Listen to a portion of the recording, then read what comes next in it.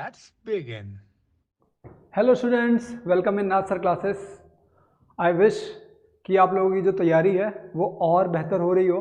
हमारे चैनल पे जितना भी कंटेंट आ रहा है आपके पढ़ाई के लिए मैथ्स और साइंस में, वो आपको पूरा हेल्पफुल हो। तो इसी के लिए मैं अच्छे से अच्छा कंटेंट, अच्छे से अच्छे क्वेश्चंस और अच्छे से अच्छा जो एग्जांपल्स है, तरीका है, वो आपके सामने रखने की पूरी कोशिश कर रहा हूँ। स्टूडेंट्स, आई रियली विश कि अगर आपके पास कोई सजेशन हो हमारे लिए, तो हमारी टीम आपके सजेशंस पे भी काम करती है। तो आप लोग कमेंट बॉक्स में कोई भी सजेशन हो, कोई क्वेश्चन हो, या कोई एक अलग से कोई तरीका हो गया कि सर इस चीज़ को इस तरीके से भी एक्सप्लेन कर दो। कई सारे स्टूडेंट्स की रिक्वेस्ट है कि सर हिंदी में इसको आप डालना शुरू कर दीजिए।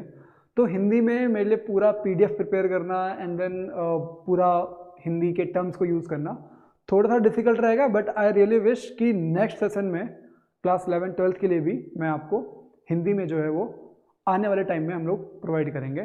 ठीक है, आज का चैप्टर हम लोग स्टार्ट करते हैं। और आज हम लोग आपकी मैथ्स का एक चैप्टर लिया है मैंने, एक चैप्टर पॉलिनोमियल्स।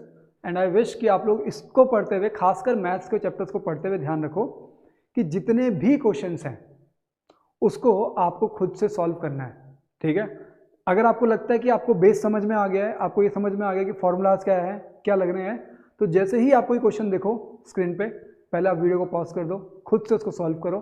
ठीक है, अगर आपको लग रहा है कि बढ़िया हो रहा है तो फिर आगे मूव करो।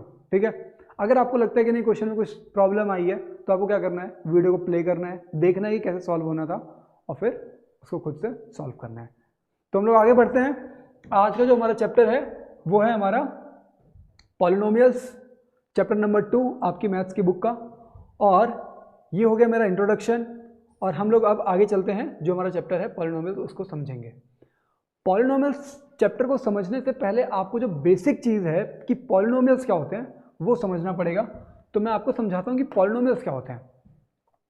ठीक है, तो देखो पॉलिनोमियल्स में क्या हुआ। पॉलिनोमियल्स जनरली एक मिक्सचर टाइप का हुआ, किसका, या तो आप कॉफिशिएंट्स बोलो, कॉफिशिएंट्स, या फिर आप उनको कांस्टेंट भी बोल सकते हो, और प्लस वेरिएबल का। ठीक है, पहली चीज तो ये हुई कि इसमें कांस्टेंट या फिर आप उसको कॉफिशिएंट बोल लो, उसके साथ साथ वेरिएबल भी होना चाहिए। दूसरी चीज ये है कि जो पावर ऑफ वेरिएबल है, क्या है, पावर ऑफ वेरिएबल, जो आपका पावर ऑफ वेरिएबल है वो होना चाहिए आपका नॉन नेगेटिव इंटीजर। क्या होना चाहिए, non negative integer, negative integer. आ रही है बात समझ में? ठीक है, अभी मैं इसको एक्सप्लेन करूंगा। अभी जो थ्योरेटिकल चीजें हैं जो आपको ध्यान में रखनी है वो ये चीजें हैं। तो हम लोग अभी सबसे पहले समझ रहे हैं कि पॉलिनोमियल्स क्या होते हैं, और उसको समझाते हुए मैंने क्या बोला है कि कोई भी ऐसा एक्सप्रेशन, पॉलिनोमियल्स क्या हुआ, एक एक्सप्रेशन हुआ, कोई भी ऐसा एक्सप्रेशन, ठीक है, जिसको हम लोग पॉलिनोमियल बोल सकते हैं, कब, जब उसके अंदर कॉफिशिएंट्स हो, कांस्टेंट्स हो, उसके साथ साथ एक वेरिएबल भी हो, और दूसरा जो पॉइंट है कि जो पावर ऑफ वेरिएबल है वो कोई नॉन नेगेटिव इंटीजर होना चाहिए। नॉन नेगेटिव इंटीजर का मतलब क्या हुआ कि 0, 1, 2, इस तरीके से इन्फिनिटी तक कितना भी हो सकता है वो, बट ध्यान रखना इंटीजर्स होने चाहिए। क्या, इंटीजर्स, वो भी नॉन नेगेटिव। तो नॉन नेगेटिव का मतलब हुआ कि ये 0 को भी इंक्लूड करना चाह रहा था। समझ में आ गई बात? तो अब देखो क्या है कि मैं आपको एग्जांपल देता हूं। जैसे मैंने लिखा यहाँ पे 2x, तो यहाँ पे देखो कॉफिशिएंट क्या है, 2 कॉफिशिएंट हो गया, और x जो है ये वेरिएबल हो गया। और क्योंकि x की पावर यहाँ पे अगर कुछ मेंशन नहीं है, इसका मतलब कि x की पावर क्या है, 1 है। आ रही है बात समझ में? तो x की पावर यहाँ पे क्या है, 1। तो ये हो गया आपका क्या, ये है आपका एक पॉलिनोमियल। ठीक है, ऐसे ही हम लोग एक दूसरा एग्जांपल ले लेते हैं। जैसे कि मैंने एक एग्जांपल ले लिया 2x² प्लस 5x प्लस 9। तो यहाँ पे भी देखो क्या है कि जो वेरिएबल्स हैं, जो वेरिएबल है x क्या है, वेरिएबल है, उसकी पावर कितनी है, 2 है। समझ में आ रही है बात? तो ऐसे ये जो भी एक्सप्रेशन है, और ये 2 हो गया, 5 हो गया, 9 हो गया, तो 2 एंड 5 हो गए तुम्हारे कॉफिशिएंट्स, एंड 9 जो है तुम्हारा वो कांस्टेंट। अब अगर आपके दिमाग में ये आ रहा है कि ये एक्सप्रेशंस कहाँ से आते हैं, ठीक है, तो ऐसा नहीं है। और अगर आपके दिमाग में नहीं आ रहा है इसका मतलब कि आप सिर्फ सुन रहे हो, ठीक है। अगर आपके दिमाग में आ रहा है इसका मतलब कि आपका दिमाग खुला हुआ है और आप चीज़ों को कैच कर रहे हो। नेक्स्ट क्वेश्चन ये हो सकता है कि ये जो एक्सप्रेशंस मैंने यहाँ पे लिखे हैं ये कहाँ से आ रहे हैं, ठीक है। तो वो हम लोग जरा देखते हैं कि एक्सप्रेशंस कहाँ से आ रहे हैं और किस तरीके से आते हैं, ठीक है। तो मैंने अभी इस चीज़ को रिमूव कर दिया है ना। अब हम लोग बात करते हैं, जैसे कि मानो आपने एक पेन खरीदा, क्या खरीदा आपने, एक पेन खरीदा, और पेन की जो कॉस्ट है वो है 5 रुपीज़। क्या है, 5 रुपीज़, ठीक है। आप 2 पेन खरीदोगे, अगर आपने 2 पेन खरीदे तो आप क्या करोगे, 5 × 2 कर दोगे और ये आपका आंसर आ जाएगा 10 रुपीज़। आ रही है बात समझ में। ऐसे ही अगर आप 3 पेन करोगे, ऐसे ही अगर आप 3 पेन करोगे तो आप क्या करने वाले हो, 5 × 3 करने वाले हो। अगर मैं ऐसे ही आपको बोलूं कि आपके पास x नंबर ऑफ पेन्स हैं, x नंबर ऑफ पेन्स आपको बाई करने हैं, तो आप उसकी एक्सप्रेशन क्या लिखोगे, 5 × x। जितने पेन खरीदने हैं आप 5 से उसका मल्टीप्लाई कर दो। क्यों, क्योंकि एक पेन अगर 5 रुपये का है तो आपको जितने भी पेन लेने हैं उसको 5 से मल्टीप्लाई कर दोगे तो आपको पता लग जाएगा कितने रुपए के आपके सारे पेन आने वाले हैं। तो ये आया ना 5 × x, आप इसको क्या 5x लिखोगे। तो ये जो एक्सप्रेशन है, ये एक्सप्रेशन क्या है आपका, ये एक्सप्रेशन आता है आपका पॉलिनोमियल्स में। आ रही है बात समझ में। एक और अगर आपको एग्जांपल लेना है, एक और एग्जांपल, जैसे कि हम लोग क्या एग्जांपल ले सकते हैं, देखो जितने नंबर ऑफ एग्जांपल्स आपके सामने रहेंगे, आपके जो बेसिक्स हैं, आपके बेसिक्स उतने ही स्ट्रांग होते रहेंगे, ठीक है। जैसे कि मैं एक एग्जांपल लेता हूं कि आपको एक प्रॉपर्टी वाले ने ये बोला कि भाई ये वाली जो साइड है, ये साइड है 5 मीटर की, कितनी, 5 मीटर की, और आप ये जो लेंथ वाइज है, लेंथ वाइज आप कितनी भी ले सकते हो, क्या, लेंथ वाइज आप कितना भी ले सकते हो, ठीक है। तो आपका जो एरिया आएगा, एरिया ये क्या है, क्योंकि इसकी विड्थ है और ये लेंथ है, तो एरिया जो आएगा वो आ जाएगा आपका L × B, लेंथ × विड्थ। तो अगर आप चाह रहे हो कि आप 200 स्क्वायर मीटर का कोई प्लॉट खरीदो, आप क्या चाह रहे हो कि आप 200 स्क्वायर मीटर का एक प्लॉट खरीदो जिसमें ये इसने 5 मीटर बोला हुआ है, ठीक है, 5 मीटर बोला हुआ है, तो विड्थ जो है उसने फिक्स कर दी है, तो लेंथ आप क्या करोगे, कैलकुलेट कर लोगे। तो ये भी क्या बन गई, एक आपका, ये एक क्या बन गया, आपका पॉलिनोमियल बन गया। क्या बन गया, पॉलिनोमियल, पॉलिनोमियल, ठीक है ना। अभी जब मैंने मिटाया था तो उस समय मिट गया होगा वो, बट ठीक है, अभी आपको ये समझ में आ गया कि ये जो एक्सप्रेशंस हैं, ये एक्सप्रेशन ड्राइव्ड होते हैं आपकी नॉर्मल लाइफ के ऊपर बेस्ड। समझ में आ रहा है।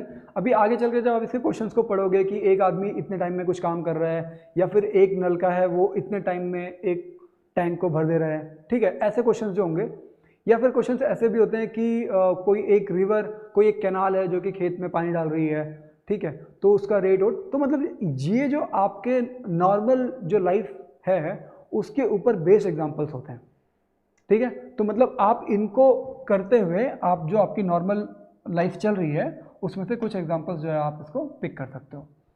अब ये आता है कि डिग्री ऑफ पॉलिनोमियल क्या हुआ। तो अभी आपको ये समझ में आ गया कि एग्जैक्टली पॉलिनोमियल क्या है। ये पॉलिनोमियल आपने क्लास 8 से पढ़ना शुरू कर दिया था, क्लास 9th में इसके बाद आपके पास क्लास 9th में सफिशिएंट नंबर ऑफ एग्जांपल्स थे, बट इन दोनों क्लासेस में जो आपको समझने वाली चीज़ थी वो सिर्फ इतनी थी कि पॉलिनोमियल होता क्या है। समझ में आ गई बात। तो वो आपको मैंने समझा दिया है। हम लोग अब आगे अपनी क्लास का मतलब क्लास 10th में जो चीज़ें इंपॉर्टेंट हैं हम लोग उस पर अब बात करना शुरू कर देते हैं, ठीक है। तो अब हमारे पास जो नेक्स्ट टॉपिक है जो हमको समझना है वो है डिग्री ऑफ पॉलिनोमियल। क्या है, degree of polynomial, degree of polynomial. तो देखो क्या है डिग्री ऑफ पॉलिनोमियल, क्या है कि आप इसको नॉर्मल टर्म्स में बोल सकते हो। क्या बोल सकते हो आप इसको कि हाईएस्ट पावर, क्या, हाईएस्ट पावर ऑफ वेरिएबल, तो highest power of variable in any polynomial is the degree of polynomial. For example, जैसे मैं आपको एक एग्जांपल देता हूं, जैसे कि यहाँ पे मैंने एक नंबर लिखा हुआ है, ठीक है, एक नंबर मैंने यहाँ पे लिख दिया है, और फॉर मोर एग्जाम्पल्स मैंने एक यहाँ पे लिख दिया है आपका 2x प्लस 5, एक तीसरा एग्जाम्पल लिख दिया मैंने कि 9 plus 2x plus 3x square, और एक और एग्जाम्पल लिख दिया मैंने वो है 5 की power 4 plus 3x square plus 9। तो ये सारे क्या हैं, ये हैं पॉलिनोमियल्स। अब आप ये बोलोगे, सबसे पहले तो यहाँ पे कंफ्यूजन ये हो जाएगी कि यहाँ पे कोई वेरिएबल तो आपको दिख नहीं रहा है। जब मैंने 2 लिखा है तो वहाँ पे कोई वेरिएबल नहीं दिख रहा है ना, लेकिन क्या है कि ये भी एक पॉलिनोमियल है, ये भी क्या है, एक पॉलिनोमियल है। इस पॉलिनोमियल को क्या बोलते हैं, इस पॉलिनोमियल को बोलते हैं कांस्टेंट पॉलिनोमियल। क्या बोलते हैं इसको, कांस्टेंट पॉलिनोमियल। अब आप ये सोचोगे कि कांस्टेंट पॉलिनोमियल का मतलब क्या हुआ, तो क्योंकि यहाँ पे सिर्फ एक कांस्टेंट वैल्यू ही है, आपको क्या दी हुई है, एक सिर्फ एक कांस्टेंट वैल्यू दे रखी है, तो सिर्फ कांस्टेंट वैल्यू है। तो यहाँ पे अगर मैं वेरिएबल की बात करूँ तो आप इसके साथ कोई सा भी वेरिएबल मान सकते हो। आप ये मान सकते हो कि इसके साथ x रहा होगा, आप मान सकते हो कि इसके साथ y रहा होगा, या एक्सेट्रा कोई सा भी वेरिएबल आप इस नंबर के साथ मान सकते हो। बट ध्यान ये रखना है कि उसके साथ जो पावर है वो 0 रखनी है। क्या पावर जो है वो 0 रखनी है। किसी भी नंबर या किसी भी वेरिएबल की पावर अगर 0 हो जाएगी तो जो टोटल मतलब जो आउटपुट आएगा आपके पास वो वैल्यू किसके इक्वल हो जाएगी, वो वैल्यू हो जाएगी 1 के इक्वल। समझ आ रही है बात। तो इसका मतलब क्या है कि अगर 2 × 1 करूंगा तभी तो 2 रहेगा। इसका मतलब क्या हुआ कि मैं इसके साथ एज्यूम कर सकता हूं कि कोई एक वेरिएबल लगा हुआ है और उस वेरिएबल की पावर कितनी होनी चाहिए, 0 होनी चाहिए।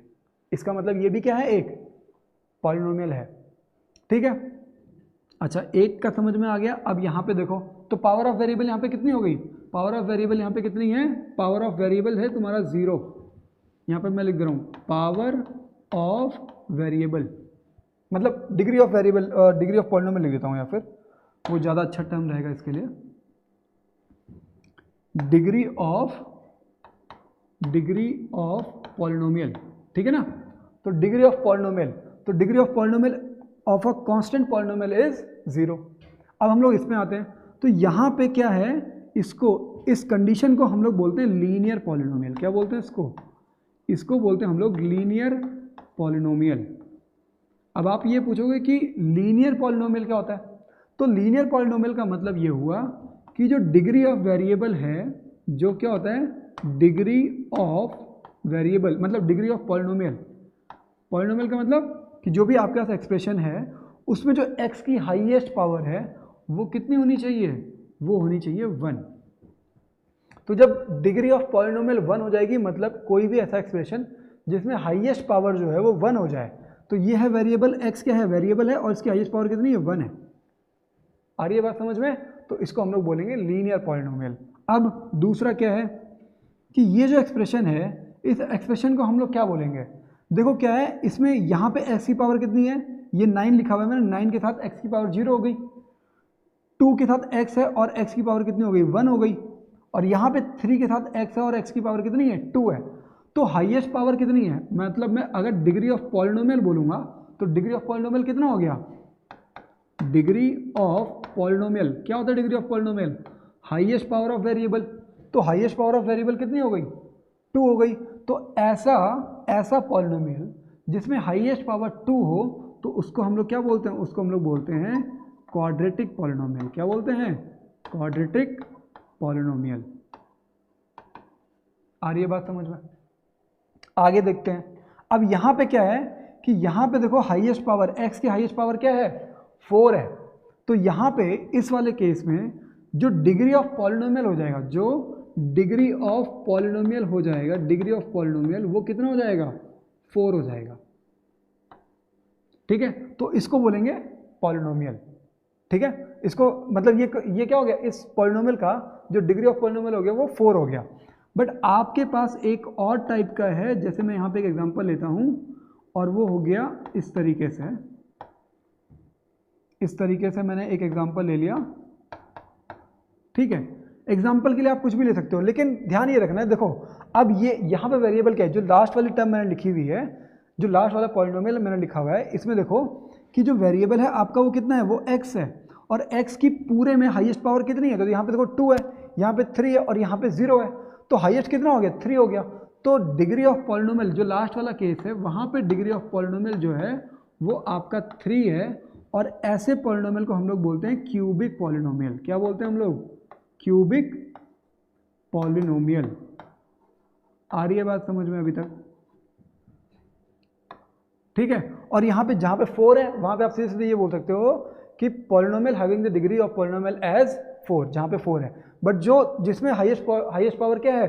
3 है। अच्छा, इस तरीके से एग्जांपल देने का सिर्फ एक रीज़न है। रीज़न क्या है कि भाई आप ना अगर टर्म्स अगर आगे पीछे हों तो भी आप ये देखोगे कि वेरिएबल की हाईएस्ट पावर क्या है। ये नहीं देखोगे कि फर्स्ट वाले में क्या थी, ये नहीं देखना है आपको। आपको ये देखना है कि जो वेरिएबल है उसकी हाईएस्ट पावर किसी भी टर्म में कितनी है। जो हाईएस्ट होगी वही उसकी डिग्री ऑफ पॉलिनोमियल हो जाएगी। तो मतलब degree of polynomial is what? Highest power of variable of any polynomial. आ रही है बात समझ में? नेक्स्ट पॉइंट देखते हैं हम लोग क्या है। तो ये अगर आपको पूरा अच्छे समझ में आ गया है तो हमको इसको जरा क्लीन कर लेते हैं। नेक्स्ट पॉइंट है हमारा क्या है? Value of polynomial. अच्छा, इसको रीड कैसे करते हैं वो देखो जरा। अगर कोई पॉलिनोमियल इस तरीके से लिखा हुआ है px करके, यहाँ पे कुछ भी लिख दिया है, जैसे मैंने यहाँ पे लिख दिया मैंने 5x + 2, ऐसा कोई एक पॉलिनोमियल लिख दिया मैंने। तो इसको हम लोग रीड करते हैं। कैसे रीड करते हैं? देखो, polynomial having variable as x। आ रही है बात समझ में? सिर्फ इतने पार्ट को हम लोग पढ़ते क्या हैं? Polynomial having variable as x, ठीक है ना, या फिर polynomial in terms of x, ठीक है। और जो पॉलिनोमियल है वो ये रहा, ये वो पॉलिनोमियल हो गया, ठीक है। अब ये बोल रहा है कि अगर मैं मतलब वैल्यू ऑफ पॉलिनोमियल कैसे निकालते हैं, तो जैसे मैंने यहाँ पे एक पॉलिनोमियल आपके सामने लिख करके दिया था। अब मैं इसमें क्या निकालूंगा? इसमें मैं निकाल रहा हूँ value of px at x equals to, मैं यहाँ पे 2 बोल दे रहा हूँ, x इक्वल्स टू 2। तो क्या हो जाएगा वो? देखो, x इक्वल्स टू 2, तो मैंने x की जगह पे क्या रख दिया? 2 रख दिया है, तो यहाँ पे x की जगह पे 2 आ गया। और इसकी वैल्यू मैं क्या इससे निकालूंगा? तो 5 × x की जगह पे क्या है? 2 है, प्लस 2। आंसर कितना आ रहा है? तो ये आंसर आ रहा है आपका 5 × 2 10, और 10 + 2 कितना हो गया आपका? 12। तो अगर आप इस पॉलिनोमियल में x की वैल्यू 2 रख दोगे तो आपका क्या आ जाएगा? ये 12 आ जाएगा। तो यही होता है, ये होता है value of polynomial at x equals to something.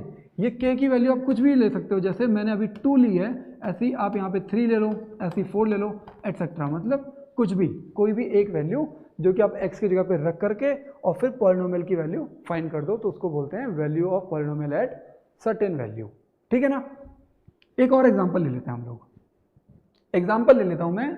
एक पॉलिनोमियल मान लो इस तरीके से है कि px equals to 2x² plus 5x plus 9। ये मैंने कोई एक पॉलिनोमियल ले लिया और मुझे फाइंड करना है क्या? At x equals to 1। मुझे जो फाइंड करना है वो क्या फाइंड करना है कि x इक्वल्स टू 1। तो मैं इसको कैसे फाइंड करूँगा? तो x की वैल्यू मैंने 1 पुट कर दी है, और यहाँ पे आप 2 × x² प्लस 5 × कितना, जो x की वैल्यू है वो 1, प्लस यहाँ पे आ गया 9। देख रहे हो, जहाँ जहाँ पे x है वहाँ पे आपने 1 पुट कर दिया, और आंसर कितना आ रहा है? तो ये आ रहा है आपका 2 + 5 + 9, तो 14 + 2 कितना हो गया आपका? 16। तो the value of polynomial in terms of x at x equals to 1 is 16। अभी समझ में आ रहा है कि ये जो पॉलिनोमियल दे रखा है इसकी वैल्यू 16 हो जाएगी। कब? जब आप x की वैल्यू 1 पुट कर दोगे। आई थिंक कि आपको यहाँ तक चीज़ें बहुत अच्छे से क्लियर हुई हैं, ठीक है। हम लोग अब आगे एक और चीज़ आगे बढ़ते हैं। जो हमारा नेक्स्ट है वो क्या है? वो हमारा पॉइंट है क्या? Zero of the polynomial. क्या है आपका? Zero of the polynomial. देखो, अभी जो भी मैं एग्जांपल ले रहा हूँ ना, मैंने ऐसा नहीं कि कुछ एग्जांपल्स मैंने सेट करके रखे हुए, नहीं, मैं एग्जांपल्स ले रहा हूँ, कोई सा भी जो भी दिमाग में एक नंबर आ जाएगा उसको मैं एज ए एग्जांपल बना दे रहा हूँ। बट मेरी कोशिश ये रह रही है कि मैं बिल्कुल नॉर्मल से एग्जांपल्स को रखूं। अब आप ये मत सोचना कि इतना ही नॉर्मल चीज़ों पे ये पूरा चैप्टर बात करेगा, नहीं, ये चैप्टर थोड़ा और डिटेल में जाएगा, ठीक है, और अच्छे अच्छे एग्जांपल्स को लेकर के आएगा। बट आपको क्या करना है, बिल्कुल बेसिक चीज़ों को समझते हुए चलो, तब जाकर के आप थोड़े बड़े क्वेश्चंस को जो है वो अप्रोच कर सकते हो। आराम से हम लोग चलते हैं और मैं आपको जो अच्छे लेवल के जो क्वेश्चंस हैं वो भी मैं आपके लिए एग्जांपल्स में रखूंगा, ठीक है। अब आता है हमारा जीरो ऑफ द पॉलिनोमियल। तो जीरो ऑफ द पॉलिनोमियल का मतलब क्या होता है, यहां पे मैं सीधे सीधे लिख रहा हूं क्या, value of variable at which whole polynomial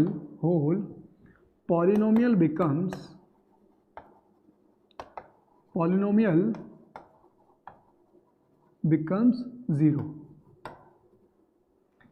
x की ऐसी वैल्यू जिस पे आपका जो पूरा पॉलिनोमियल है वो जीरो हो जाए, उसको हम लोग क्या बोलेंगे, उस वैल्यू को हम लोग बोलेंगे जीरो ऑफ द पॉलिनोमियल, ठीक है। एग्जांपल के लिए कि जैसे मैंने एक पॉलिनोमियल लिख लिया है इस तरीके से 2x + 3, आ रही है बात समझ में।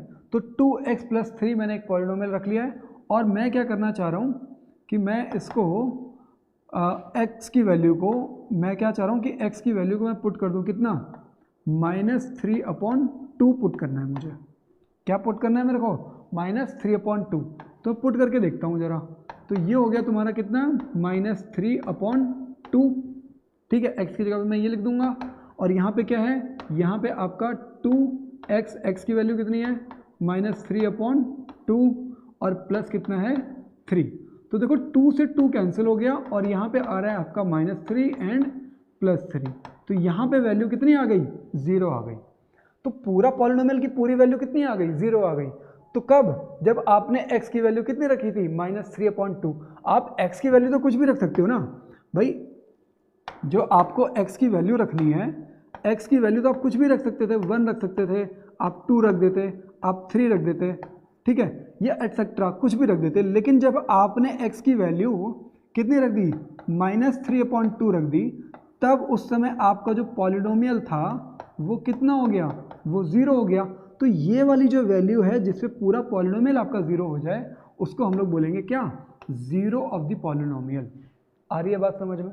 तो अभी मैंने एक एग्जांपल लिया था किसका, लीनियर पॉलिनोमियल का लिया था। ऐसे ही आपके पास क्वाड्रेटिक पॉलिनोमियल, क्यूबिक पॉलिनोमियल, जो कि अभी आगे आएंगे, ठीक है। आपको बस इतना ध्यान रखना है कि x की कोई भी ऐसी वैल्यू जो पूरे पॉलिनोमियल को 0 कर दे, x की कोई भी ऐसी वैल्यू जो पूरे पॉलिनोमियल को 0 कर दे, उस वैल्यू को हम लोग क्या बोलेंगे, जीरो ऑफ द पॉलिनोमियल बोलेंगे, ठीक है। आगे बढ़ते हैं हम लोग, ठीक है। यहाँ पे ये सारे पॉइंट्स मैंने आपको बता दिए हैं। नेक्स्ट देखते हैं हम लोग, नेक्स्ट हमारे लिए क्या क्या पॉइंट्स रखे हुए हैं जो कि आपको समझने हैं। तो वो है आपका क्या, geometric meaning of zero of the polynomial. अब इसका मतलब क्या हुआ, देखो ये बहुत अच्छा पॉइंट है और इसके लिए मेरे को, क्योंकि ये ज्योमेट्री की बात कर रहा है, किसकी बात कर रहा है, ज्योमेट्री की बात कर रहा है। और ज्योमेट्री में आपको क्या चाहिए होगा, ग्राफ चाहिए होगा। क्या, ग्राफ। तो मैं एक ग्राफ यहाँ पे एक रफ हैंड से एक ग्राफ बनाने की कोशिश करता हूँ। और आपको पता है कि ये जो हॉरिजॉन्टल लाइन होती है, ये होती है आपकी x एक्सेस, और जो वर्टिकल होती है वो होती है आपकी y एक्सेस। नीचे में होगा -y, ऊपर में y, ऐसे ही लेफ्ट साइड में -x और राइट साइड में x, ठीक है। मैं यहाँ पे नंबरिंग भी कर लेता हूँ, जैसे ये 1 हो गया, ये 2 हो गया, 3 हो गया, 4 हो गया, 5 हो गया। आप ऐसा ही कोई भी एक ग्राफ पेपर जो है वो एज्यूम कर सकते हो, ठीक है। मैं ग्राफ पेपर बस आपके सामने एक हल्का सा रफ आइडिया के लिए बना रहा हूँ, ठीक है। तो ये मैंने एज्यूम कर लिया कि ये आपके पास कोई एक ग्राफ पेपर है, ठीक है। और आपको अभी समझना है कि जीरो ऑफ द पॉलिनोमियल क्या हुआ। देखो जीरो ऑफ द पॉलिनोमियल का मतलब ये हुआ कि कोई भी एक पॉलिनोमियल, आपने पॉलिनोमियल क्या पढ़ा, आपने पॉलिनोमियल देखा, पॉलिनोमियल अभी तक जो हम लोग बात कर रहे हैं वो एक्स की टर्म्स में बात कर रहे हैं। एक्स की जगह पे यहाँ पे कोई भी वेरिएबल हो सकता है, एम हो सकता है, एन हो सकता है, जेड हो सकता है, कुछ भी हो सकता है, ठीक है। तो हम लोग एक पॉलिनोमियल लिखते हैं, जैसे मैंने यहाँ पे लिखा 2x + 3, जो भी मैंने इससे पहले लिखा हुआ था, ठीक है। अब ये क्या है, एक लीनियर पॉलिनोमियल है। तो जब आप इस पॉलिनोमियल को जब आप ड्रॉ करना चाहोगे ग्राफिकल फॉर्म में, ज्योमेट्री पे जब आप इसको रिप्रेजेंट करना चाहोगे तो आपको ये मानना है कि ये जो पी एक्स है ये आपका क्या हो गया, वाई हो गया। क्या हो गया, वाई हो गया। और y इक्वल्स टू क्या हो जाएगा आपका, ये 2x प्लस 3। आ रही है बात समझ में? तो जीरो ऑफ द पॉलिनोमियल का मतलब क्या हुआ? अब जीरो ऑफ द पॉलिनोमियल का मतलब यहां से आपको क्या समझ में आ रहा है कि अगर जीरो ऑफ द पॉलिनोमियल रहा होता, अगर जीरो ऑफ द पॉलिनोमियल रहा होता तो आपको जो पी एक्स की होल वैल्यू मिल रही थी वो जीरो मिल रही थी। तो इसका मतलब जब आप इसको y के टर्म्स में कर दोगे तो y की वैल्यू क्या होनी चाहिए, जीरो होनी चाहिए। तो y की वैल्यू जीरो कब होती है? तो y की वैल्यू जीरो होती है कहाँ पे, x एक्सेस पे। x एक्सेस पे जैसे मतलब यहाँ पे कोई पॉइंट है, यहाँ पे जो पॉइंट है उसके वैल्यूज़ क्या हैं, उसका जो वैल्यूज़ है वो है -2,0। क्यों? क्योंकि y कोऑर्डिनेट यहाँ पे कितना है, जीरो है। ऐसे ही अगर मैं यहाँ पे कहीं पे कोई पॉइंट ले लूँ, जैसे यहाँ पे एक पॉइंट ले लिया मैंने, तो इसके कोऑर्डिनेट कैसे लिखोगे आप, 1 2 3 4। तो x का हो गया 4 और y का कितना है, तो y का तो 0 है, तो ये 4,0। आ रही बात समझ में? ऐसे ही x एक्सिस पे आप कहीं पे भी कोई पॉइंट ले लोगे तो उसमें y कोऑर्डिनेट हमेशा क्या होगा, 0 होगा। इतना समझ में आ गया? इसका मतलब क्या हुआ कि कोई भी पॉलिनोमियल जब आपके x एक्सिस को क्या करता है, इंटरसेक्ट करता है, तो वहां पे जो जहां पे इंटरसेक्ट, लेट्स सपोज कि ये जो भी एक पॉलिनोमियल है ये एक इस तरीके से लाइन बना रही है। हमने मान लिया कि ये पॉलिनोमियल एक इस तरीके से लाइन बना रही है, तो यहाँ पे ये जो वैल्यू है इसको हम लोग क्या बोलेंगे कि ये आपका जीरो ऑफ द पॉलिनोमियल है, क्योंकि यहाँ पे y कोऑर्डिनेट क्या हो जाएगा, जीरो हो जाएगा। तो इसका मतलब क्या है कि ग्राफिकल रिप्रेजेंटेशन में या फिर आप ज्योमेट्री के फॉर्म में ये बोल सकते हो कि कोई भी पॉलिनोमियल की इक्वेशन जब आप उसको ग्राफ पे रिप्रेजेंट करोगे तो जितनी बार भी वो x एक्सिस को कट करेगी उतने उसके नंबर ऑफ जीरोस जो हैं वो होंगे। For more examples, let suppose मैं एक और एग्जाम्पल देता हूं आपको, ठीक है? हाँ, ये मानो कि एक कोई इस तरीके से आपके पास मतलब कोई एक जो डायग्राम है वो इस तरीके से है, कोई डायग्राम जो है वो इस तरीके से है। तो यहाँ पे जो नंबर ऑफ जीरोस देखो, एक तो जीरोस यहाँ पे होगा क्योंकि वो एक्स एक्सिस को कहाँ पे काट रहा है, यहाँ पे काट रहा है, और एक एक्स एक्सिस को यहाँ पे काट रहा है। तो इस ग्राफ में जो नंबर ऑफ जीरोस हैं वो कितने हैं, वो 2 हैं, ठीक है? ऐसे ही अगर मैं इसको बैक करूँ और मैं सिर्फ एक लाइन इस तरीके से कर देता हूँ तो इसमें नंबर ऑफ जीरोस कितने हो गए, 1 हो गया, क्योंकि एक ही बार ये एक्स एक्सिस को काट रहा है। For more example, let suppose मैंने कोई एक ग्राफ इस तरीके से बना दिया, तो इसमें देखो 1 2 3 4 बार ये एक्स एक्सिस को कट कर रहा है। इसका मतलब कि जो नंबर ऑफ जीरोस होंगे इस इक्वेशन में, मतलब इस ग्राफ में, वो कितने हो जाएंगे, वो हो जाएंगे 4 नंबर ऑफ जीरोस। मतलब क्या हुआ कि कोई भी इक्वेशन ऑफ लाइन या फिर कोई भी इक्वेशन ऑफ ग्राफ जितनी बार एक्स एक्सिस को कट कर रहा है उतने नंबर ऑफ जीरोस उसमें होते हैं, ठीक है? तो यहाँ पे 4 हो गए। इसके और एक एग्जांपल ले लेते हैं हम लोग कि जैसे मानो कि ये कोई एक एग्जांपल हो गया।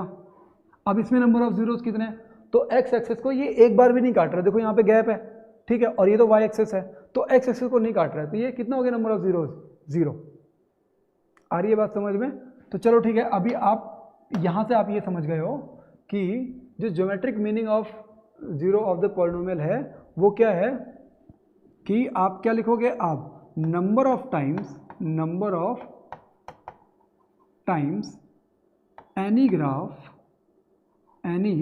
ग्राफिकल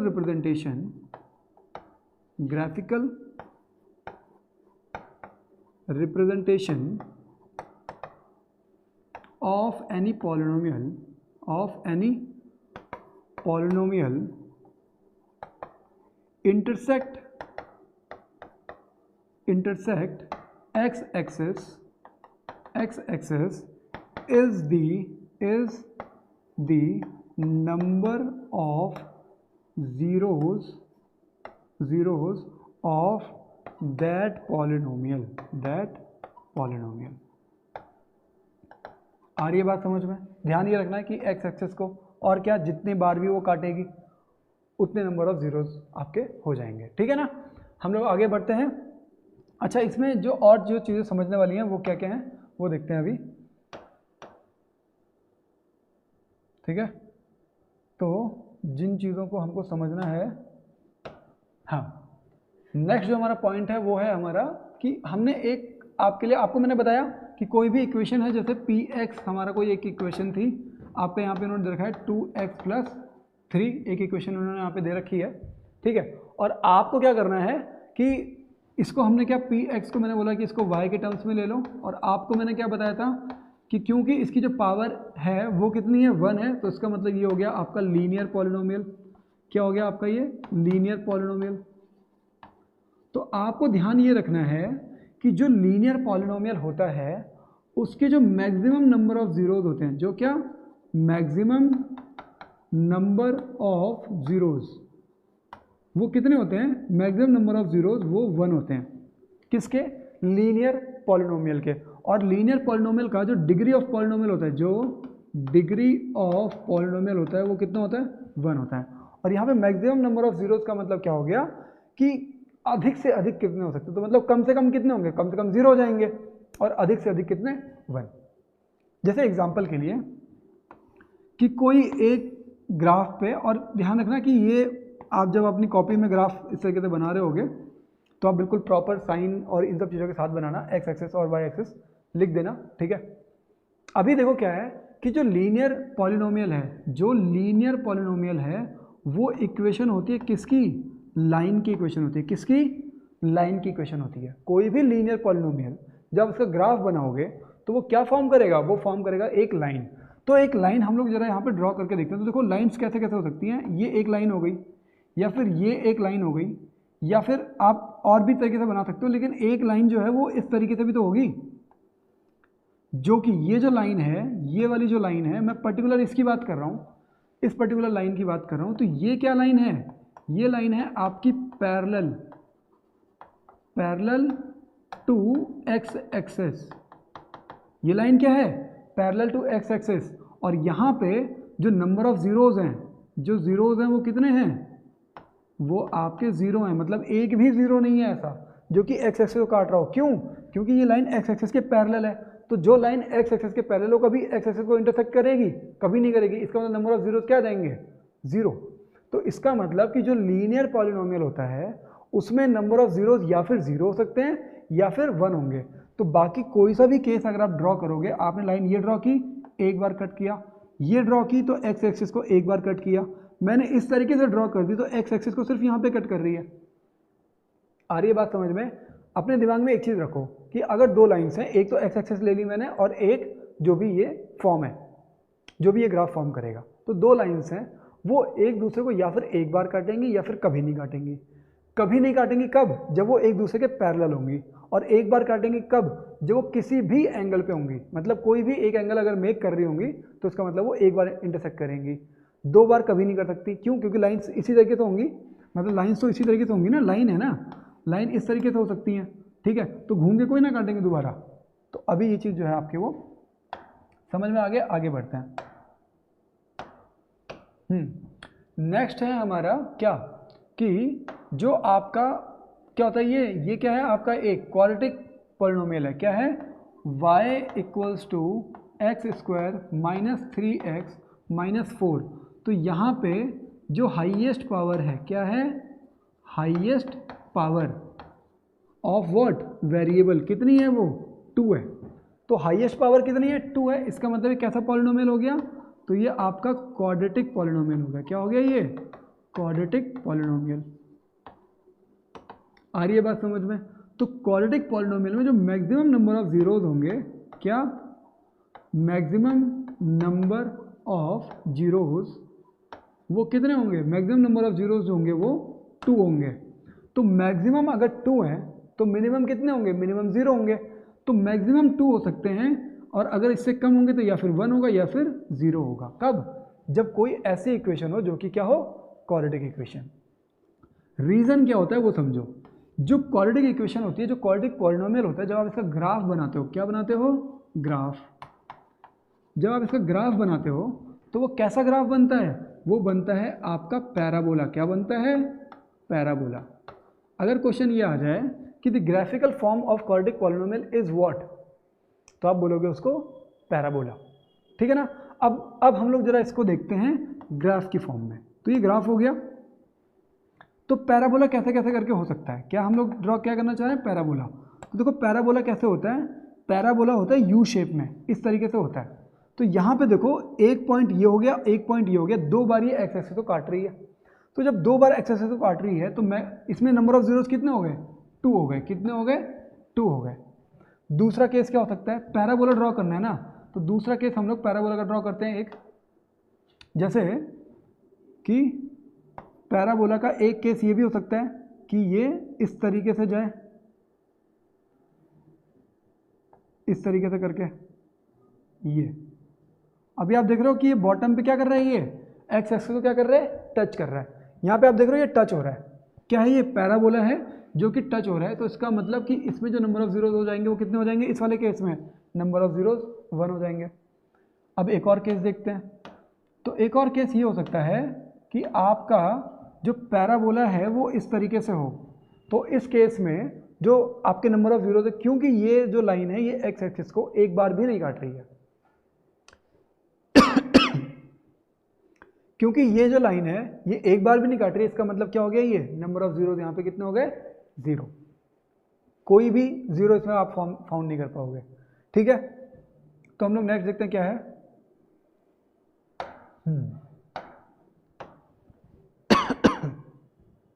नेक्स्ट पॉइंट है हमारा finding number of zeros in graph, जो कि मैंने आपको बता दिया है कि अगर कोई एक लाइन है इस तरीके से और कोई इस तरीके से करके बनाया रखा है ग्राफ, ठीक है, तो यहाँ पे जीरोस कितने हैं, 1 और 2, तो 2 नंबर ऑफ जीरोस हो गए, 2 जीरोस हो गए। कोई दूसरा ग्राफ है जिसमें लाइन जो है वो इस तरीके से करके बनी हुई है, तो यहाँ पे 1, 2 और 3 हो गए। ठीक है। तो आप इस तरीके से जो है वो फाइंड करोगे।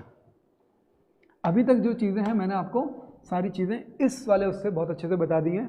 अगर आप लोग मैथ्स पढ़ते हो तो ध्यान ये रखो करो, जैसे जैसे मैं पढ़ा रहा हूँ वैसे वैसे आपको क्या करना है, नोट डाउन भी करना है और लिखते हुए भी चलना है। ठीक है। अब हम लोग देखते हैं relationship between zeros and the coefficient of polynomial. तो ये लीनियर पॉलिनोमियल है। सबसे पहली बात हम लोग किसकी कर रहे हैं, अच्छा देखो ये बोलना क्या चाह रहा है कि जीरोज, जो भी जीरोज हैं, आपको पता लग गया कि जीरो ऑफ द पॉलिनोमियल क्या होता है, जिससे पूरा पॉलिनोमियल क्या हो जाए, 0 हो जाए। ठीक है ना, पॉलिनोमियल की वैल्यू 0 हो जाए। अब ये बोल रहा है कि zeros and the coefficients, coefficients भी मैंने आपको बता दिया था क्या होता है। तो इसने एक इक्वेशन लिखी है इस तरीके से। ठीक है।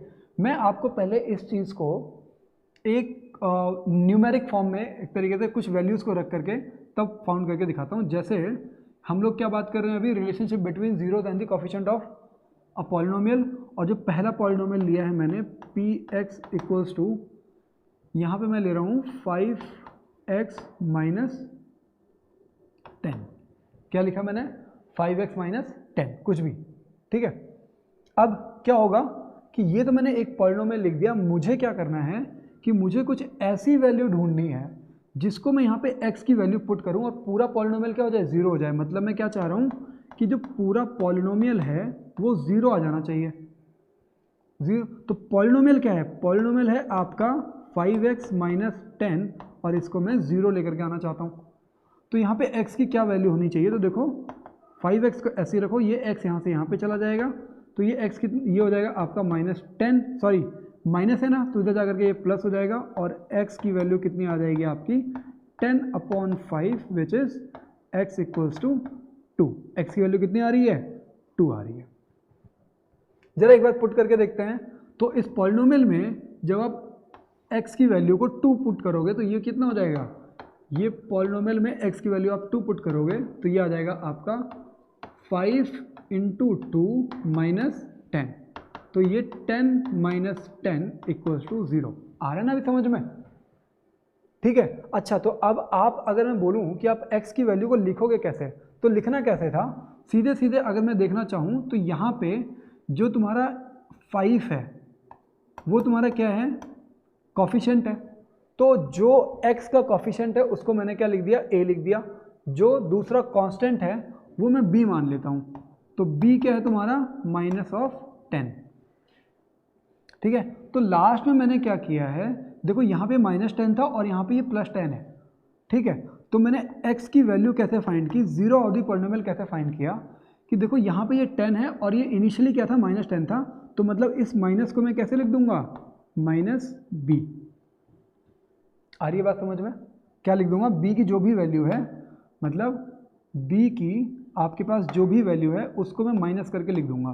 b की वैल्यू -10 है और इसके बाहर से भी अगर मैं माइनस लगा दूं तो यहाँ पे आ जाएगा आपका +10 और अपॉन में ये 5 है तो 5 क्या है, a है, तो मतलब ये a एज इट इज़ रहेगा।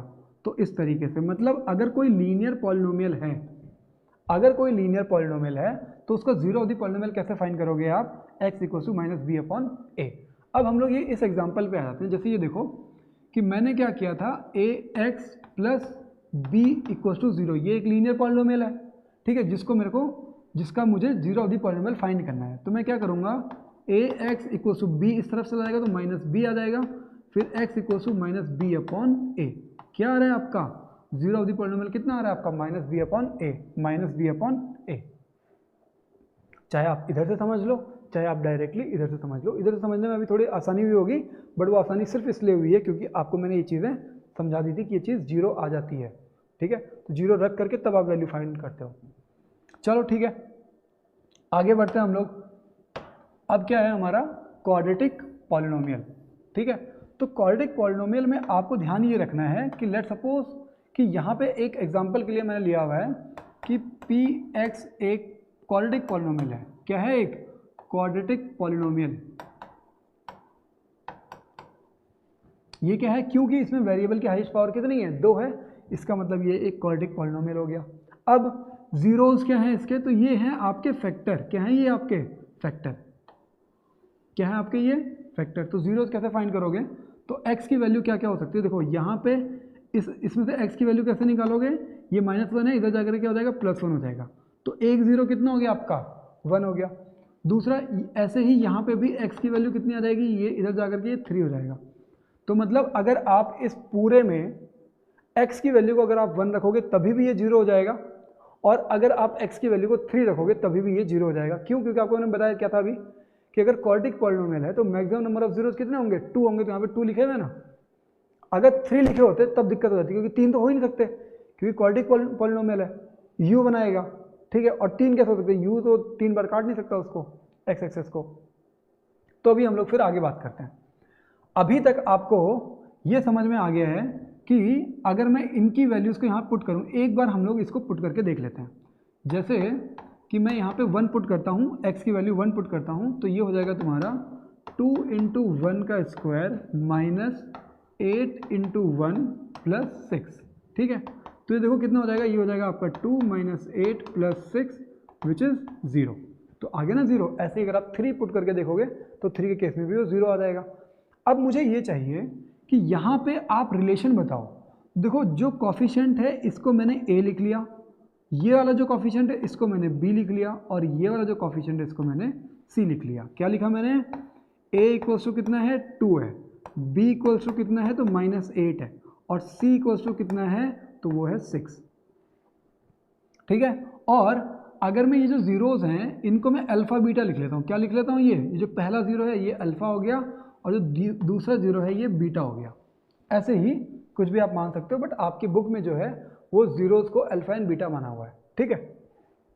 तो अब देखो कि अल्फा + बीटा अगर मैं करूं, अगर मैं अल्फा + बीटा करूं, ठीक है, तो अल्फा + बीटा तुम्हारा क्या हो रहा है, 1 + 3 विच इज़ 4। तो मैं क्या रिलेशन है जो कि यहाँ पे 4 आ जाएगी, 1 + 3 कितना आ गया, 4 आ गया, है ना। बट मैं ये देखूंगा कि मैं किस तरीके से इसको लिखूं, इसमें से मैं अलग अलग वैल्यूज़ को किस तरीके से लिखूं कि मेरा 4 आ जाए।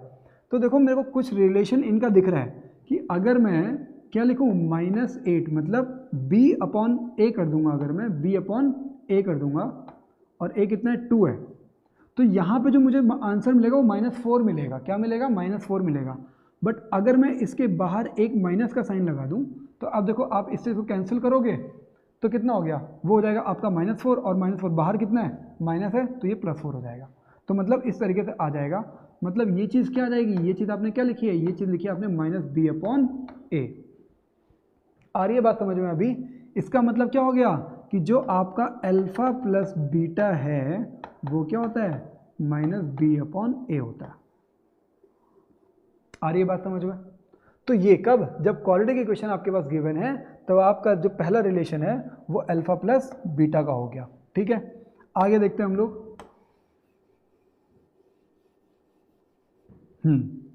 दूसरा क्या है कि अगर मैं अल्फा इंटू बीटा कर देता हूँ, अल्फा इंटू बीटा, तो अल्फा इंटू बीटा तुम्हारा क्या हो जाएगा, अल्फा इंटू बीटा हो गया तुम्हारा 1 इंटू 3, और वो कितना होता है तुम्हारा 3 होता है। अब आप ये बताओ कि इन दोनों को मैं किस तरीके से, मतलब ये जो पूरी तीन चीज़ें हैं ना, इनमें मैं क्या ऐसा रिलेशन ढूंढूंगा कि मुझे क्या मिल जाए, 3 मिल जाए। तो कैसे आएगा, देखो अगर मैं c अपॉन ए कर दूँ, मतलब मैं c क्या है तुम्हारा 6 है अपॉन 2, तो अगर मैं 6 अपॉन 2 कर दूंगा तो ये तुम्हारा कितना आ रहा है, 3 आ जाएगा। और ये 6 अपॉन 2 क्या था, ये 6 अपॉन 2 था आपका c अपॉन ए। और इस पूरे से आप क्या कंक्लूड कर सकते हो कि जो अल्फा इंटू बीटा होता है वो तुम्हारा c अपॉन ए होता है।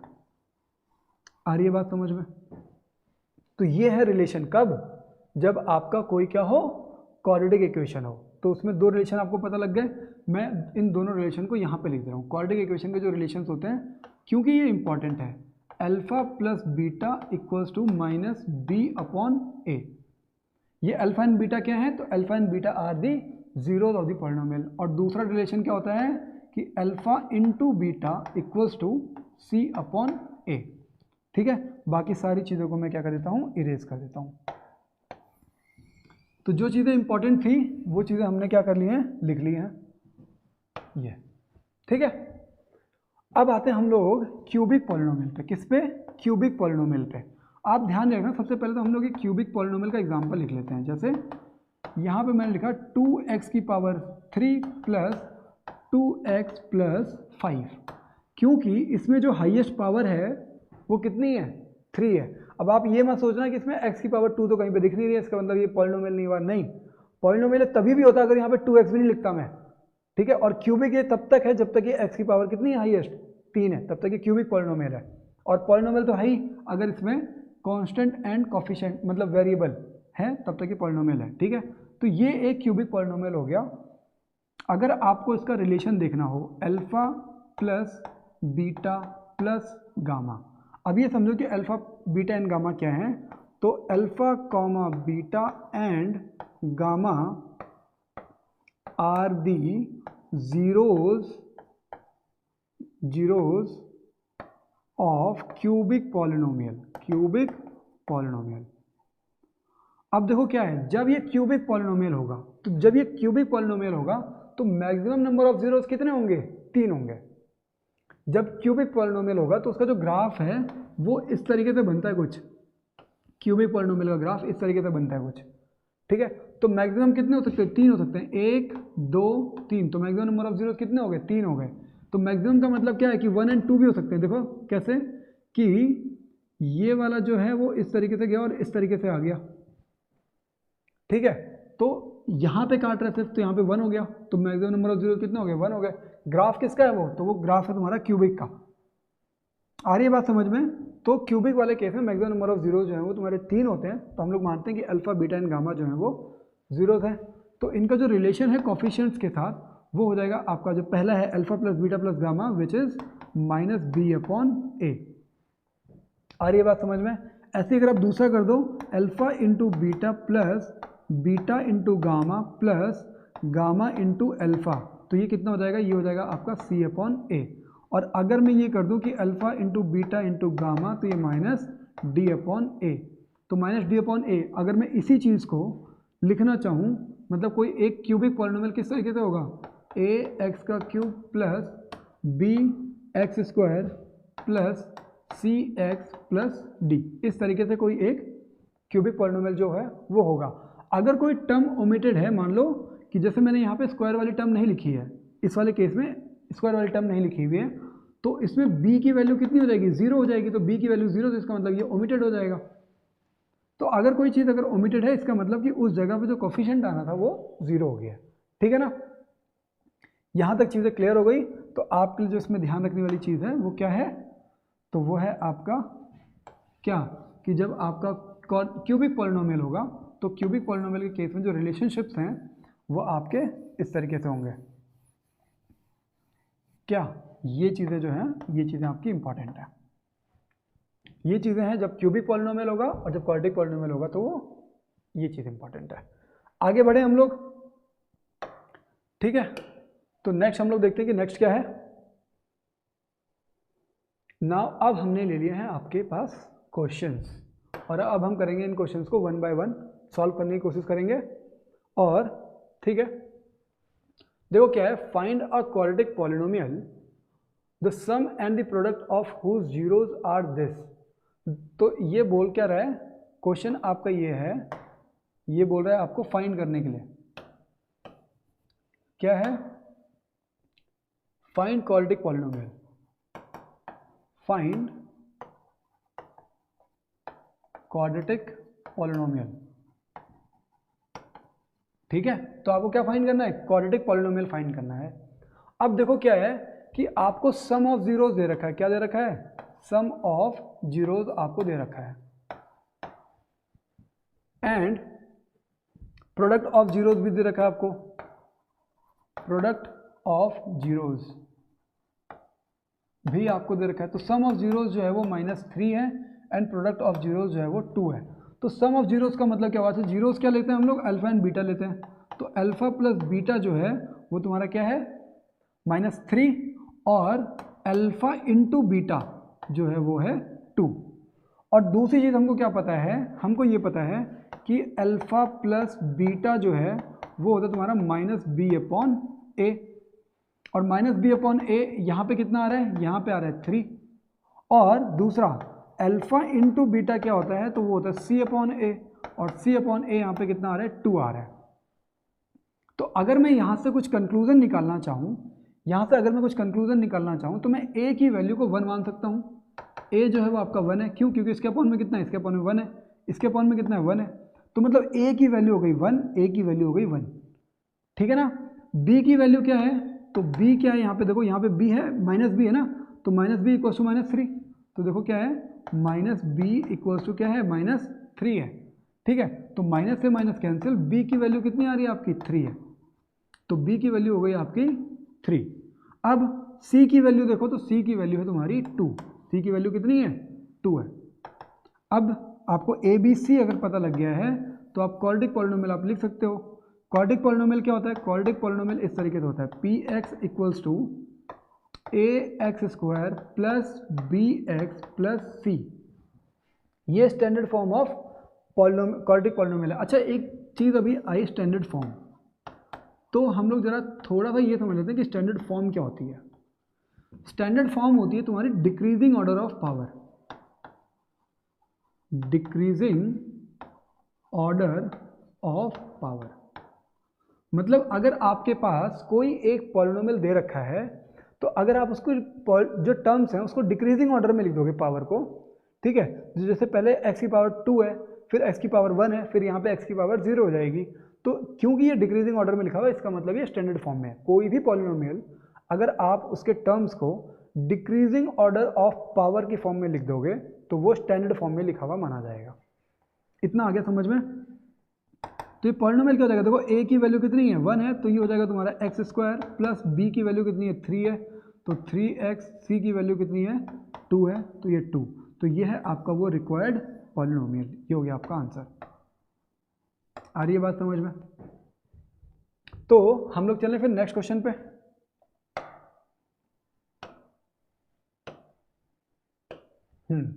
तो नेक्स्ट क्वेश्चन देखते हैं कि नेक्स्ट क्वेश्चन क्या है।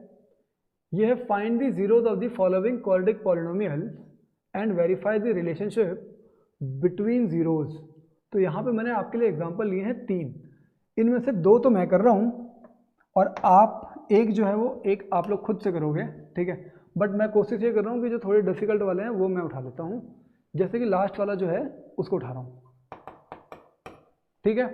ये क्या है आपका क्वेश्चन, क्या है कि 6x² plus 6x² minus 6x² minus 3 and minus 7x।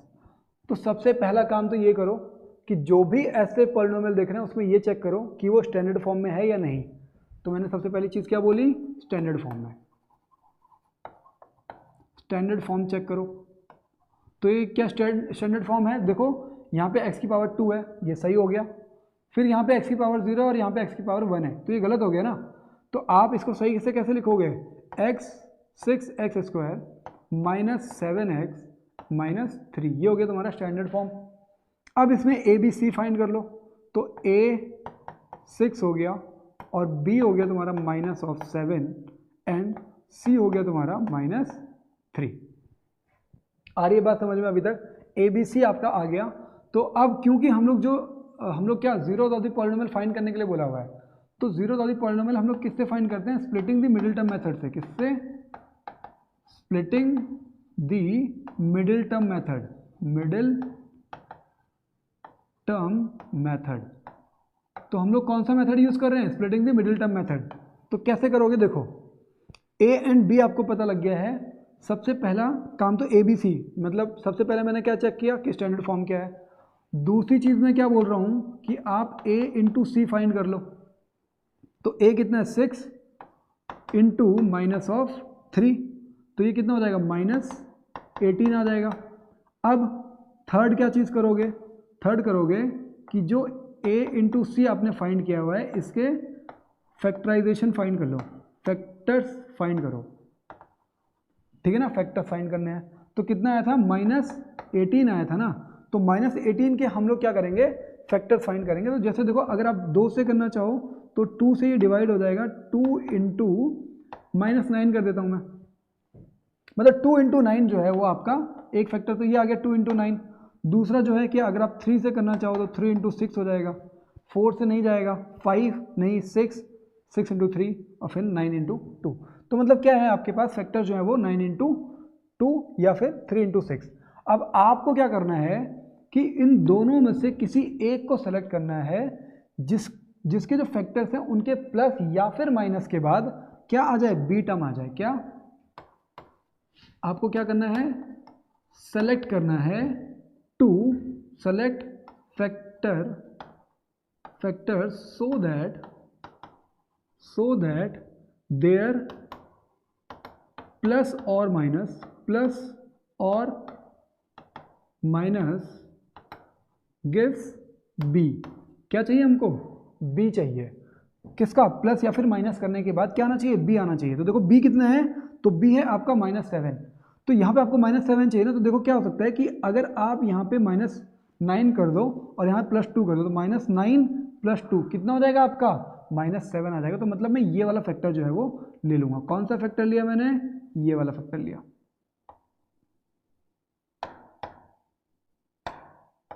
कौन सा फैक्टर, ये वाला फैक्टर है। और ये फैक्टर क्या है, 2 इंटू -9, ठीक है ना। तो ये आपका -18 आ जाएगा। तो हम लोग अब इसको रखेंगे कैसे, तो देखो आपके पास जो प्रीवियस इक्वेशन थी वो थी 6x² -7x और -3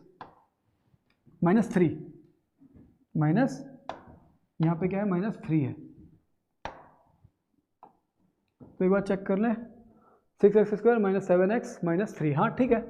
अब आपको क्या करना है, क्योंकि आपको b को स्प्लिट करना है इस तरीके से, तो आप कैसे लिखोगे, आप लिखोगे 6x² + 2x -9x -3 = 0।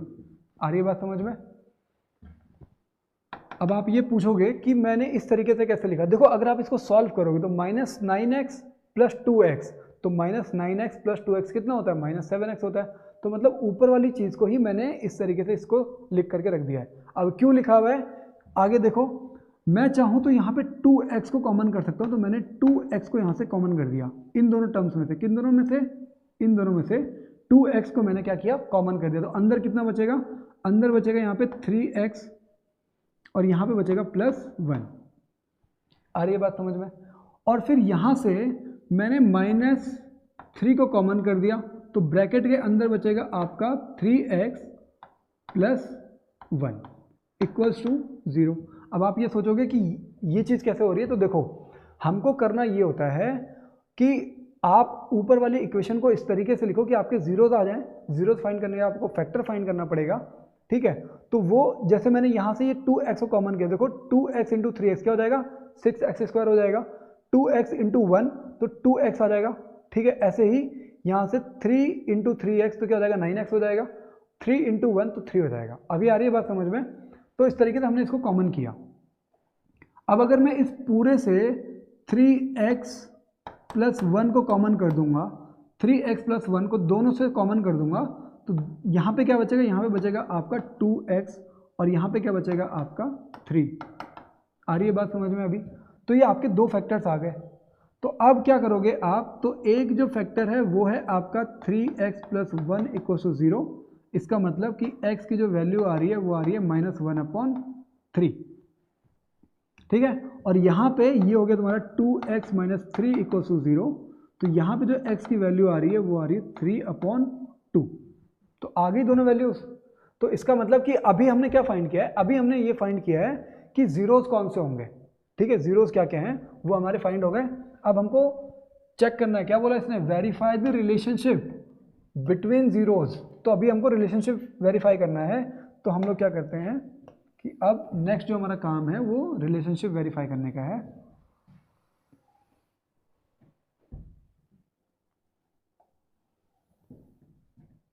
ठीक है, तो देखो अब हम लोग इतने पार्ट में रिलेशनशिप वेरीफाई करना सीखते हैं कि कैसे होगा, ठीक है। अभी तक हमारी x की वैल्यूज जो हैं, तो मतलब अल्फा जो है वो हमारा क्या आ गया, x की एक वैल्यू आई है -3 1/3, तो अल्फा मैंने मान लिया 1/3 और बीटा जो है, जो हमारा बीटा आया है वो आया है आपका 3/2। तो अल्फा प्लस बीटा करते हैं हम लोग, क्या कर रहे हैं, अल्फा प्लस बीटा, तो इसका मतलब हो गया -3/2 प्लस -1/3 प्लस 3/2। तो इनको जब आप सॉल्व करोगे तो 3 2 जा 6 और ऊपर में कितना आ रहा है, ऊपर में आ रहा है आपका 2, सॉरी कितना आ जाएगा, यहाँ पे 2 आ जाएगा -2 और यहाँ पे आ जाएगा आपका कितना टाइम्स में है, इसको आपको 3 टाइम्स में करना पड़े, तो यहाँ पे आ जाएगा आपका 9, ठीक है। और अपॉन में आ रहा है आपका 6, तो ये आ जाएगा माइनस कितना +7/6, तो -b/ कितना होना चाहिए, ये होता है आपका -b/a। तो b कहाँ पे है आपका, देखो यहाँ पे जरा, तो b कितना है, ये होता है आपका -b/a होना चाहिए। तो यहाँ पे आप -b कितना है, तो b की वैल्यू थी -7, तो -7/a की वैल्यू कितनी है, तो a की वैल्यू है आपकी 6। इसको जब आप सॉल्व करोगे तो ये भी आपका कितना आ रहा है, 7/6 आ रहा है। इसका मतलब कि alpha plus beta equal to -b/a जो है वो सही आ रहा है। तो यहाँ पे आप लिखोगे alpha plus beta equal to -b/a जो है वो आ रहा है। इसका मतलब ये वेरीफाइड हो गया। अगर आप चाहो तो अल्फा इंटू बीटा भी कर लो, तो अल्फा कितना है, अल्फा इंटू बीटा -1/3 इंटू 3/2, तो 3 से 3 कैंसिल, -1/2 आ रहा है, ठीक है। और ऐसे ही अगर मैं c/a करूं तो c कितना है -3 और a कितना है 6, तो -3/6, तो इससे इसको कैंसिल, तो ये -1/2 आ रहा है, ठीक है। क्या c/a भी आपका -1/2 आ रहा है। इसका मतलब कि alpha into beta equal to c/a, ये भी क्या हो गया, वेरीफाइड हो गया। इस तरीके से क्वेश्चन को करना था। क्यों, क्योंकि इन्होंने वेरीफाई करने के लिए बोला हुआ है। तो आपको सबसे पहले जीरोस फाइंड करो और फिर वेरिफिकेशन दो, ठीक है। जब वेरीफाई कर लो तो एक वेरीफाई, दूसरा भी वेरीफाई, ठीक है। तो इस तरीके से आपको ये जो पूरा क्वेश्चन था वो अटेंड करना है। बाकी के जो दो क्वेश्चन हैं इनको आप लोग खुद से करो, या फिर इसमें से कोई एक क्वेश्चन मैं कर देता हूँ। अभी अपने पास टाइम है तो हम लोग एक क्वेश्चन जो है हम लोग करते हैं। देखो यहाँ पे जो पहला वाला क्वेश्चन है वो है आपका x² माइनस 2x माइनस 8, ठीक है। तो इसमें भी हम लोग सबसे पहले क्या करते हैं, देखो a इक्वल्स टू 1 हो गया, b equals to -2 and c equals to -8। आ रही है बात समझ में? अब आपको मैं दूसरी वो सब चीज़ें दोबारा नहीं बताऊंगा। अब मैं सीधे सीधे यहाँ पे क्या कर रहा हूँ, जो प्रोसेस होना चाहिए वो कर रहा हूँ, a इंटू सी, तो 1 इंटू -8 विच गिव्स यू -8, ठीक है। अब -8 के मुझे चाहिए फैक्टर, ठीक है। तो फैक्टर निकाल रहा हूँ, तो जैसे 2 इंटू 4 एंड देन 4 इंटू 2, मतलब एक ही फैक्टर है इसका, ठीक है। इसको मैं इस तरीके से लिखूंगा कि b आ जाए। तो मैं कैसे लिखूंगा इसको, देखो इसको मैं लिखूंगा -4 एंड इसको कर दूंगा +2, तो आंसर कितना आ जाएगा आपका -2 आ जाएगा, -2, और ये तुम्हारा क्या है b है। इसका मतलब कि मेरे पास जो फैक्टर्स लिखे जाएंगे वो 2 एंड -4 लिखा जाएगा। तो ये क्या हो जाएगा आपका x² - 2x - 8, आप इसको लिख सकते हो x² माइनस, या फिर इसको +2x कर दो -4x कर दो और -8 = 0। ठीक है, अब यहाँ से क्या करो आप x को कॉमन कर दो, तो यहाँ पे x + 2 बचेगा, और -4 को यहाँ पे कॉमन कर दो, तो यहाँ पे भी x + 2 बचेगा = 0। अब मैं x + 2 को कॉमन कर दे रहा हूँ, तो ये बचेगा आपका x - 4 = 0। तो आप x + 2 = 0, तो x की वैल्यू आ रही है -2। ऐसे ही x - 4 = 0, तो x की वैल्यू आ रही है 4। ठीक है, तो मतलब इसको मैं लिख लेता हूँ अल्फा = -2 एंड इसको लिख लेता हूँ बीटा = 4। तो अब यहाँ पे देखो क्या आ रहा है, तो अल्फा प्लस बीटा इक्वल्स कितना आ रहा है, तो -2 + 4 विच गिव्स यू कितना 2। ठीक है, और अगर मैं -b/a करूं, तो -b/a कितना आ रहा है, तो -b देखो यहाँ पे कितना है b, -2 है और अपॉन a, तो -2 यहाँ पे होगा आपका कितना, माइनस का साइन पहले लगेगा, फिर b कितना है आपका -2 है, और अपॉन में a कितना है 1, तो देखो माइनस माइनस हो जाएगा प्लस, तो मतलब 2। तो इसका मतलब क्या हो गया कि अल्फा प्लस बीटा = -b/a जो है वो वेरीफाइड हो गया। क्यों, क्योंकि ये दोनों इक्वल आ रहे हैं। ठीक है, ऐसे ही आप करोगे अल्फा इंटू बीटा, तो अल्फा इंटू बीटा, अल्फा कितना है आपका हो गया -2 इंटू बीटा कितना है 4, तो ये आ रहा है आपका -8। और अगर मैं बोलूँ कि c/a कितना आ रहा है, तो c है तुम्हारा 8, c कितना है आपका यहाँ पे -8, तो ये -8/a कितना है 1, तो आंसर कितना आ रहा है -8। इसका मतलब कि अल्फा इंटू बीटा = c/a भी आपका वेरीफाइड हो गया। तो इस तरीके से जो क्वेश्चन हैं वो करने हैं। ये वाला क्वेश्चन थोड़ा मैंने स्पीड में किया है, बट आपको ध्यान ये रखना है कि मतलब जहाँ पे भी आपको समझ में नहीं आ रहा है तो आप उसको वीडियो को पॉज करो, ठीक है, समझने की कोशिश करो। ठीक है, अभी तो मैंने थोड़ा स्पीड में करा दिया इस क्वेश्चन को, बट आप थोड़ा रिलैक्स के साथ छोटे क्वेश्चन को स्टेप बाय स्टेप करोगे तो आपके जो मार्क्स हैं वो अच्छे आएंगे। अब आपको जो क्वेश्चन है, जो क्वेश्चन आपको खुद से करना है वो क्वेश्चन ये है, और ये क्या है, ये है आपका 4s² माइनस 4s + 1। आ रही है बात समझ में? ये वाला क्वेश्चन आपको खुद से एक बार अटेम्प्ट करना है, एंड आई विश कि आप 1 टाइम में इस क्वेश्चन को बहुत अच्छे से कर सको। हम लोग जो है नेक्स्ट क्वेश्चन पे चलते हैं, फाइंड द क्वाड्रेटिक। अच्छा चलो ठीक है, अभी कोई क्वेश्चन वैसा आएगा तो हम लोग दोबारा बात कर लेंगे। देखो ये है जो चीज़ मैं उस समय आपको समझाना चाह रहा था, वही क्वेश्चन यहाँ पे भी आ गया। कौन सा क्वेश्चन समझाना चाह रहा था मैं आपको? देखो अगर आप लोगों ने वीडियो अगर आधे में छोड़ दी है, ठीक है, अगर आप लोग यहाँ तक पहुँच गए हो ना, तो आपको मैं एक चीज़ बिल्कुल क्लियर करना चाहता हूँ कि मैं स्टेप बाय स्टेप आपको स्मार्ट चीज़ें बताऊँगा। लेकिन आप ये सोचो कि मैं आपको बिल्कुल बेसिक ना बताऊँ, सीधे स्मार्ट चीज़ बता दूँ, तो वो पॉसिबल ही नहीं है। क्यों? क्योंकि अगर मैं बेसिक नहीं बताऊँगा तो आप आगे चल करके कोई दूसरा क्वेश्चन अटैम्प्ट करोगे, फिर उसमें अटक जाओगे कहीं पे। तो मेरा काम क्या है कि मैं आपको पहले बेस बता दूं, फिर मैं आपको थोड़ी शॉर्ट ट्रिक्स बता सकता हूं। जैसे देखो क्या है कि इन क्वेश्चंस का बेस तो मैंने आपको बता दिया था कि अगर इसमें क्या है, अल्फा प्लस बीटा आपको दे रखा है, ठीक है, तो अल्फा प्लस बीटा आपको दे रखा है, तो उसमें आप b/a कैसे फाइंड करोगे वो चीज़ें मैंने आपको बता दी थी। अभी क्या है, देखो एक बार मैं इसको उस तरीके से करता हूं जिस तरीके से मैंने अभी तक आपको बताया हुआ है। जैसे कि यहाँ पे ये बोल रहा है find the quadratic polynomial each with the given numbers as the sum and product. तो इसका मतलब ये हो गया आपका सम और ये हो गया आपका प्रोडक्ट। तो ये हो गया तुम्हारा √2 जो है ये आपका अल्फा प्लस बीटा है, और 1/3 जो है ये आपका क्या है, अल्फा इंटू बीटा। ठीक है, तो हम लोग इसको करते हैं सॉल्व। तो देखो क्या है, अल्फा प्लस बीटा = √2, और ये क्या होता है, ये होता है -b/a। और फिर क्या है कि ये दे रहा है आपको alpha into beta equals to क्या दे रहा है, ये 1/3 दे रहा है, जो कि क्या है, ये हो जाएगा आपका कितना, c/a। अब आप एक चीज़ देखो, देखने वाली चीज़ ये है कि यहाँ पे a की वैल्यू 3 है और यहाँ पे a की वैल्यू 1 है। तो मैं क्या करूँगा कि मैं ये जो नंबर है, क्या है नंबर है ये जो नंबर है √2, इसको मैं नीचे भी 3 से मल्टीप्लाई कर दूंगा और ऊपर भी 3 से मल्टीप्लाई कर दूंगा। तो अब देखो क्या हो गया, अब a की वैल्यू यहाँ पे 3 हो जाएगी और a की वैल्यू यहाँ पे भी 3। तो जैसे ही मैंने इसको सॉल्व किया तो a की वैल्यू आ गई आपकी 3 और b की वैल्यू, तो देखो b की वैल्यू कितना है, यहाँ पे -b = 3√2 है, तो b की वैल्यू कितनी हो जाएगी, -3√2 हो जाएगी। और c की वैल्यू कितनी हो जाएगी, तो c की वैल्यू हो जाएगी यहाँ पे देखो 1, तो c की वैल्यू 1।